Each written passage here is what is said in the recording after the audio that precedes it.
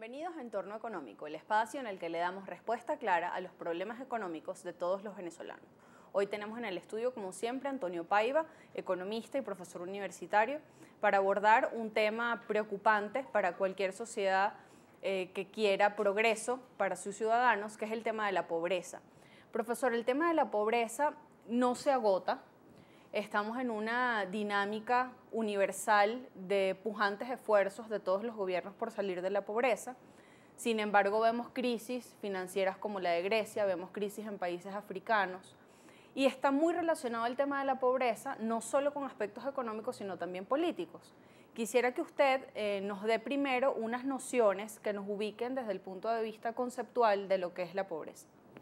Bien, desde el punto de vista económico se considera que la pobreza es la condición que tiene una familia, en general se habla de pobreza familiar, o una persona que no alcanza un determinado nivel de vida deseado o esperado, porque no tiene capacidad para sostener ese nivel de vida.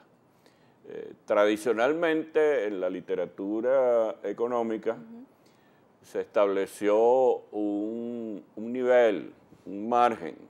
Consideraba que quien gane menos de $1.50 por día es una persona pobre.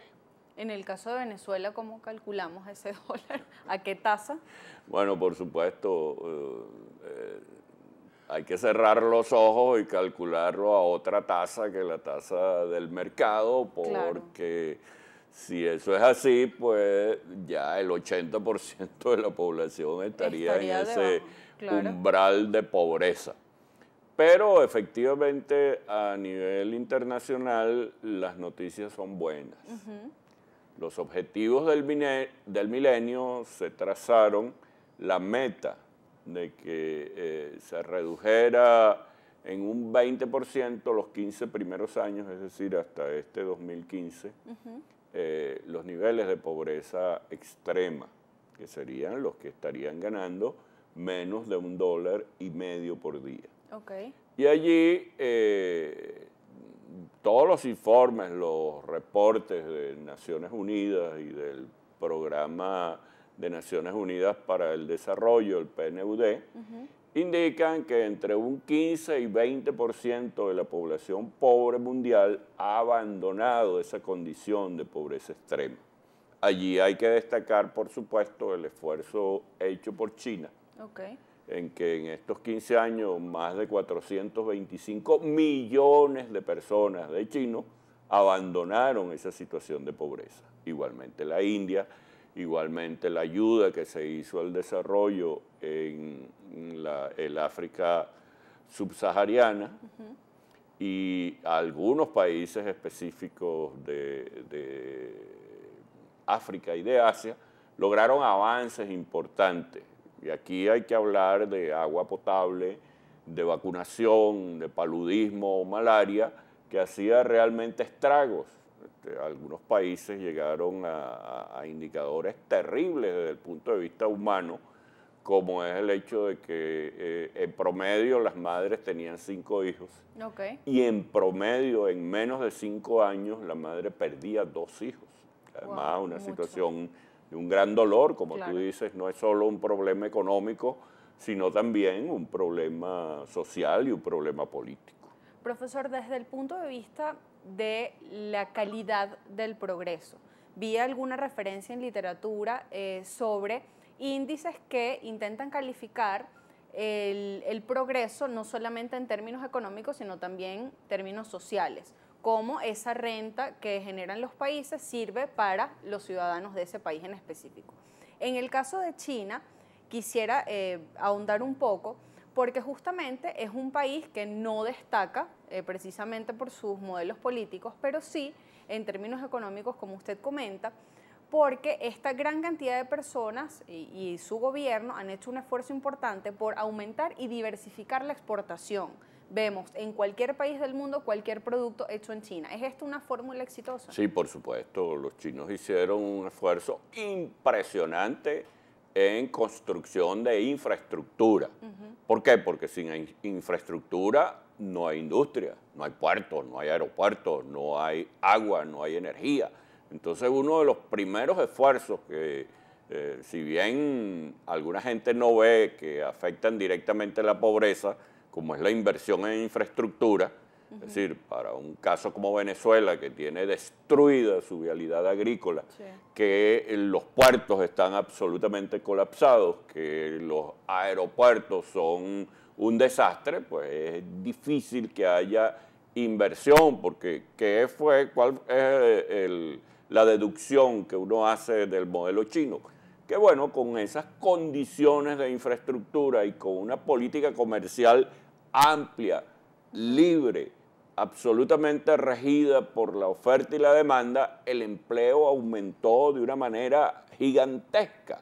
Es decir, hoy en día 3 de cada 10 chinos están trabajando en industria manufacturera, 4 están trabajando en el área de servicios, en telecomunicaciones una inmensa cantidad de ciudadanos de China están empleados. Y en la agricultura, que era antes el sector que tenía mayor población, ha ido reduciéndose. Una de las grandes preocupaciones que tienen hoy los organismos internacionales que se ocupan del tema de la pobreza es la burbuja que está estallando en China, las probabilidades de que el ritmo de crecimiento que traían decaiga, y que eso debe retrasar no solo las metas del milenio, sino los objetivos del desarrollo sustentable que insisten en crear las condiciones para que la gente salga de la pobreza. Porque aquí el tema hay que reivindicar, pues lo que decía Jesús en el Evangelio, no se trata de darle un pescado, se trata de enseñarlo a pescar. Exactamente, yo recuerdo que uno de los programas más exitosos que tuvo el gobierno de Pérez, de Carlos Andrés Pérez, fue el que se obligaba a la familia pobre que recibiera un subsidio a que garantizara, so pena de quitarle el subsidio, que los hijos estuvieran en la escuela, porque al ir a la escuela adquirían capacidad para leer, para sacar cuentas, para mejorar su capacitación, sus destrezas para ir al mercado de trabajo. Eso lamentablemente se abandonó. Hay que decir que en estos 15 años Venezuela pasó de más o menos un 45% de pobreza extrema, a un 38, 37, descendió. Pero ¿cómo fue ese proceso? Bueno, como hubo un boom de petrodólares por el incremento desmedido del precio del petróleo, hubo reparto, hubo misiones, hubo subsidios y, por supuesto, la gente lo que hizo fue consumir.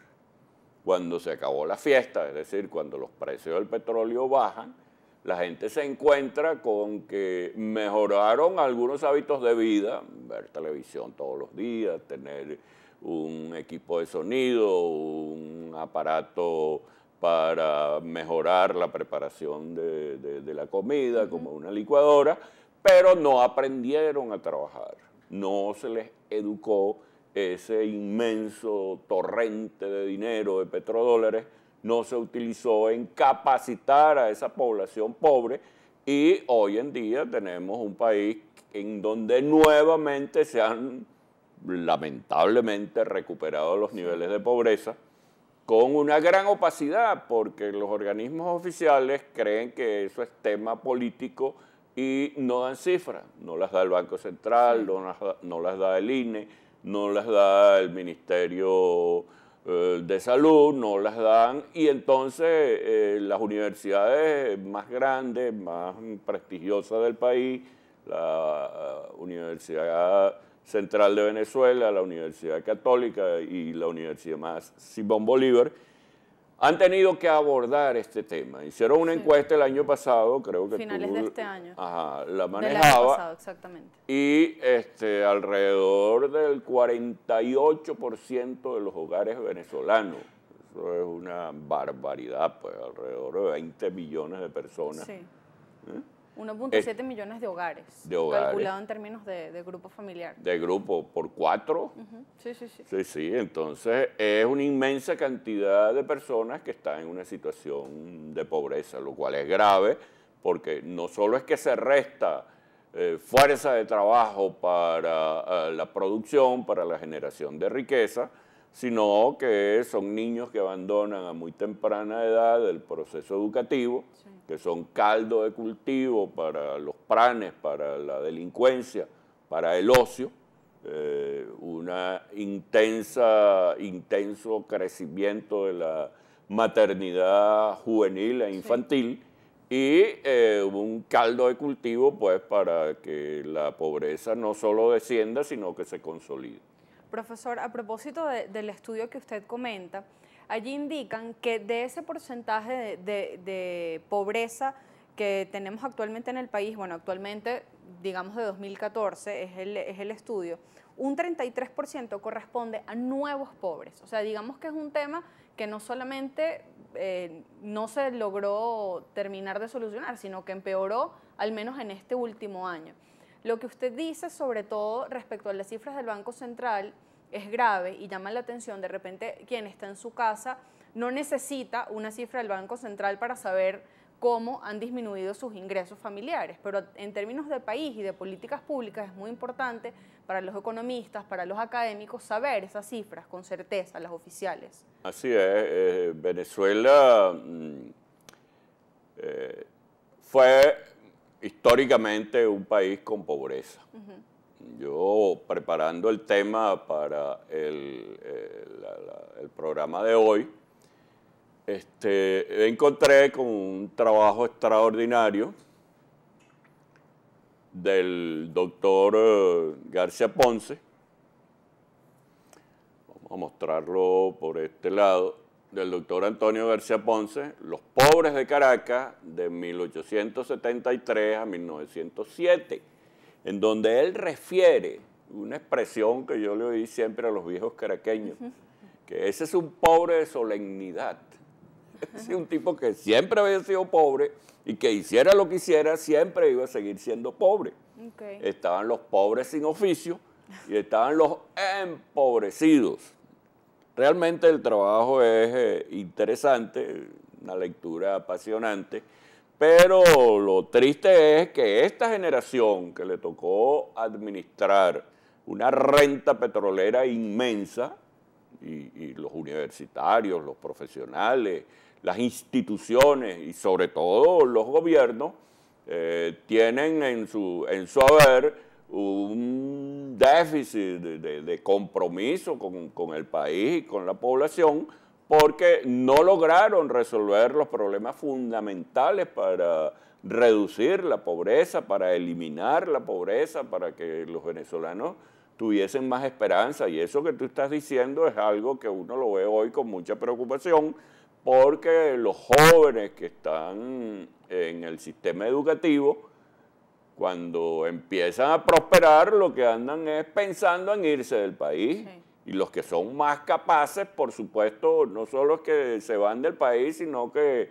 los capturan, los sí, buscadores de talento, que los existen a nivel mundial, pues tienen llena su cartera de oferta de médicos, de ingenieros, de profesionales bien capacitados en el país que están resolviendo los problemas de otras naciones, porque lamentablemente la situación del país es terriblemente grave. Justamente a propósito de lo que habla sobre los talentos venezolanos, esta semana apareció en El Nacional un artículo que plantea una realidad distinta a la que hemos tratado en el programa, que son las personas con excelente calificación que se van del país a buscar nuevos horizontes.